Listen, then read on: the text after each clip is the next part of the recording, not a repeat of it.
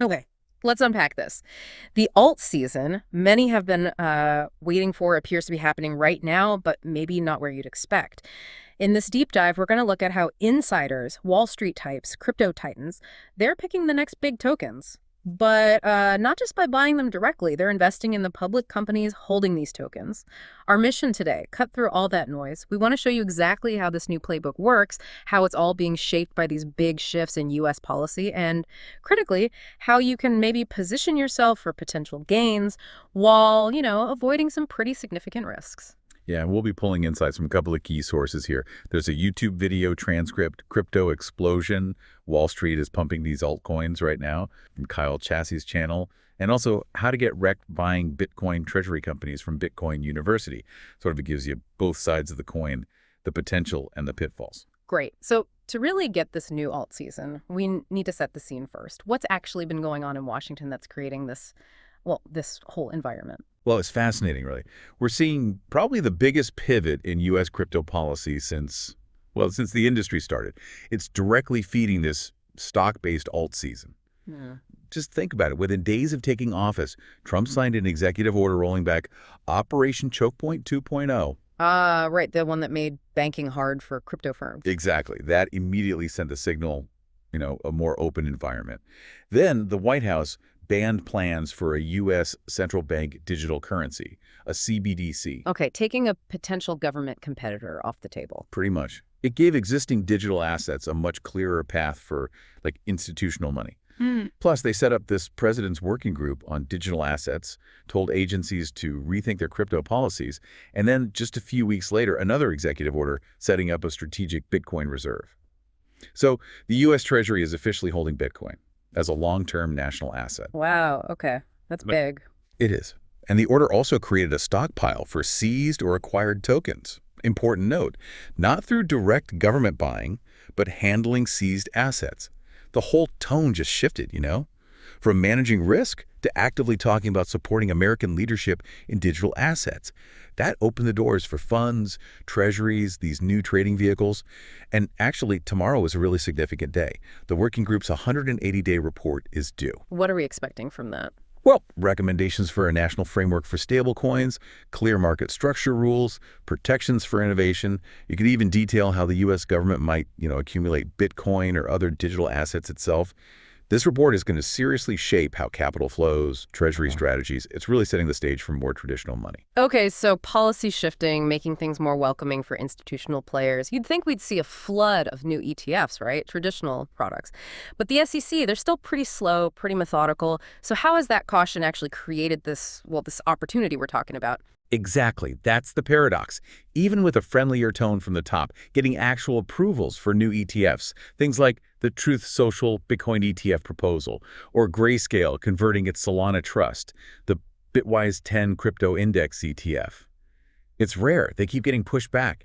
And this caution, this slowness, it's basically created this wide open lane for these crypto treasury-backed public companies to just move fast. And these are just regular companies listed on stock exchanges, but they hold crypto. Right. They hold significant amounts on their balance sheets, and they're locking in hundreds of millions, sometimes billions, loading up on tokens and then aiming that firepower at specific altcoins they believe in.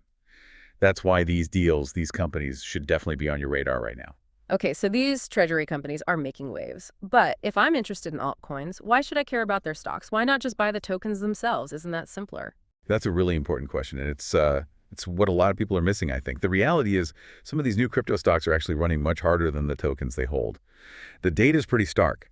When one of these treasury companies announces a big token buy, the altcoin itself, it often barely moves. Sometimes it even drops over, say, 30 days. On average, they're flat or slightly down. Really? Okay. But the stocks of those same companies, they go vertical. We're talking an average pop of 162% on day one alone. The median gain is still 38% even a week later. And the average stock is up over 185% after that news hits. Whoa. Any specific example? Okay. Charlink Gaming, 433% in one day, HYLQ. An unbelievable 741%. Even others like DeFi Development, BR18, They saw triple, quadruple-digit returns in just weeks. Those numbers are, yeah, they make you look twice. Absolutely staggering. Makes you double-check the ticker for sure. So, okay, what's the takeaway then for someone who's looking for those traditional altcoin season gains on, the crypto charts, coin market cap, whatever? It means, well, a lot of those huge gains right now aren't actually on the token charts. They're happening on the stock chart. MicroStrategy MSTR is the perfect example, the poster child for this whole thing. When they started buying Bitcoin, their stock was, what, $13? Bitcoin was around $11,000. Right. Fast forward 6 months, Bitcoin did an amazing 11x. Huge run. But MicroStrategy stock, it did a 30x. 30 times. How?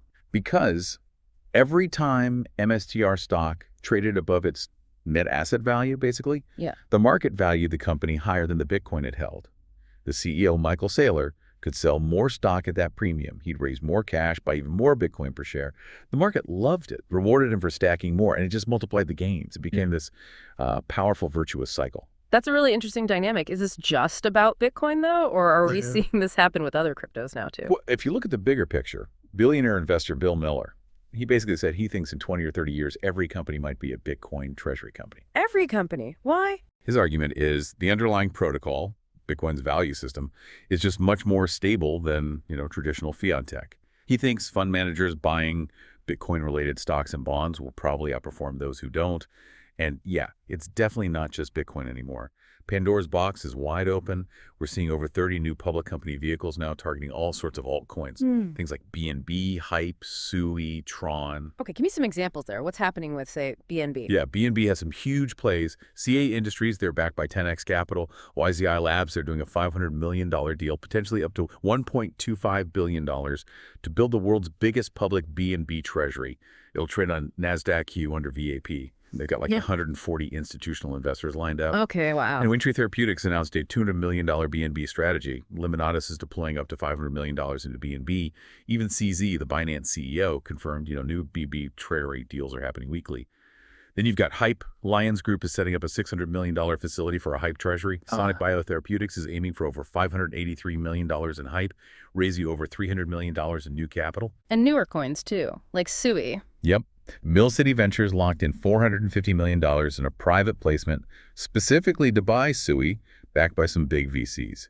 Even Tron, Justin Sun's Tron Inc., just went public on NASDAQ through a reverse merger with SRM Entertainment. It gives institutional investors another way to get Tron exposure. So, okay, distilling this down for the investor listening, what's the key takeaway from all these examples? The key thing, I think, is that these vehicles, these stock structures, they solve real problems for the big money managers, the institutional allocators.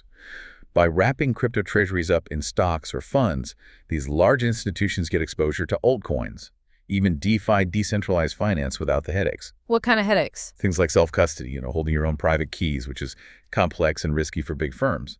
Or KYC, know your customer rules. Offshore regulatory risks. These stock structures bypass a lot of that. And importantly, each deal funnels more capital into those specific tokens, pulls supply off the open market, increases scarcity, which theoretically should help drive the token price up over time too. Right.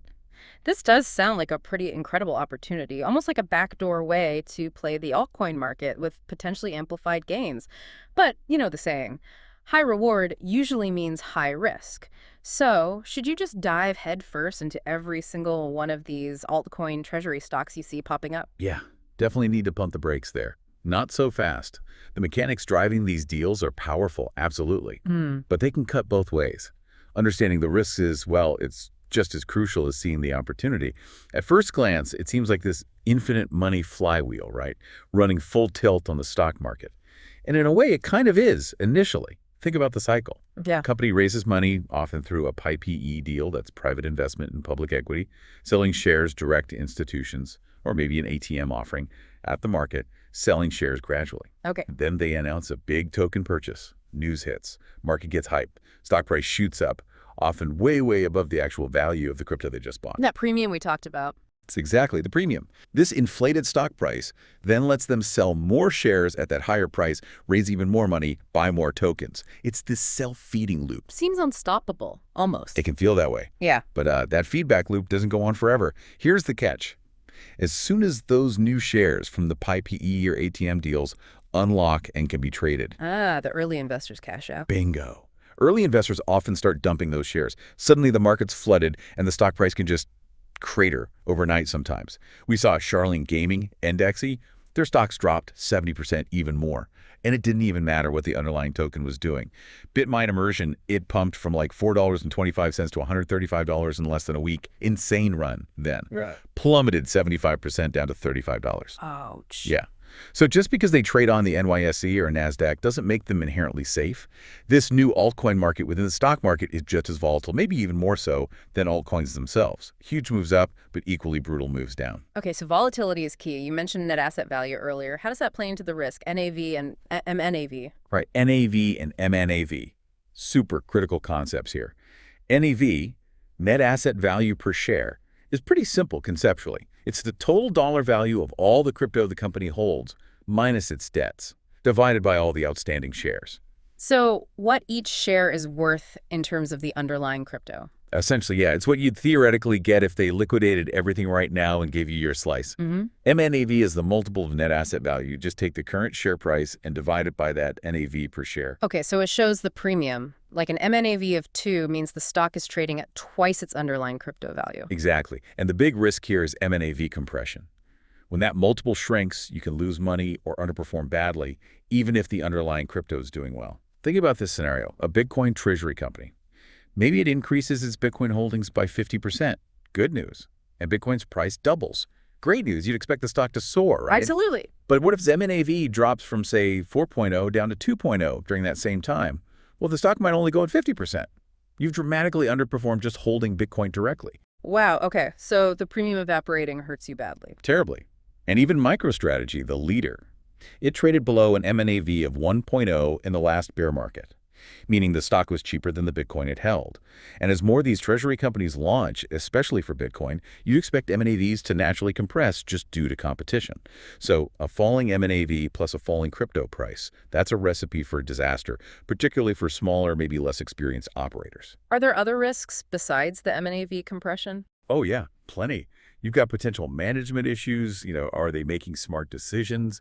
Custodians losing the assets. That's a nightmare scenario. Yeah. Sometimes just reading the financial statements or debt agreements can be complex. And specifically for altcoin treasuries, it gets even trickier. They might need to manage yield through staking, deal with liquidity issues, staking queue times, smart contract security. It adds layers of complexity. And if the overall market really turns south, liquidity can vanish.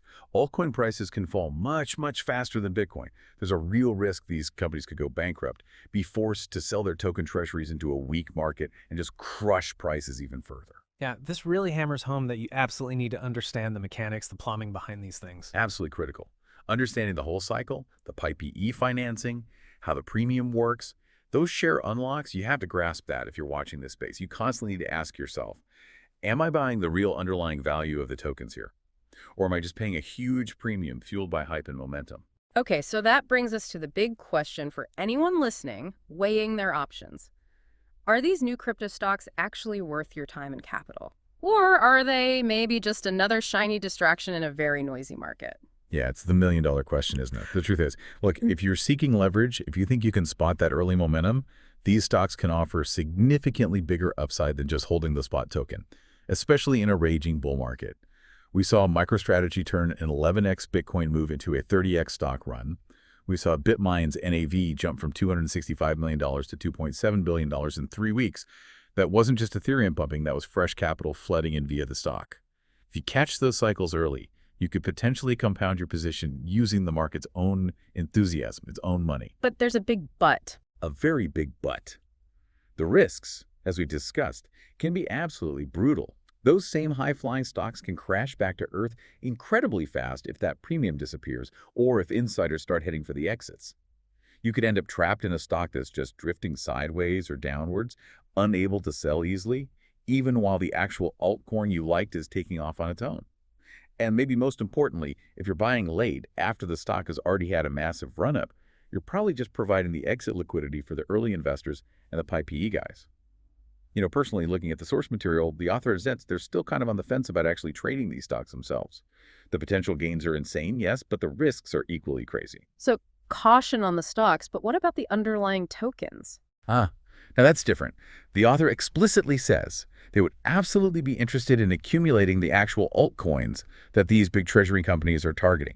The bet there is that these specific tokens, BNB, HYPE, SUI, Tron, whatever they're buying, are likely to be major winners this cycle, precisely because all this institutional capital and attention is rotating towards them via these treasury vehicles. Okay, that makes sense. This deep dive really highlights a fascinating, dynamic new front opening up in the crypto world. This whole arms race for the public alt season seems like it's just getting started. It really does.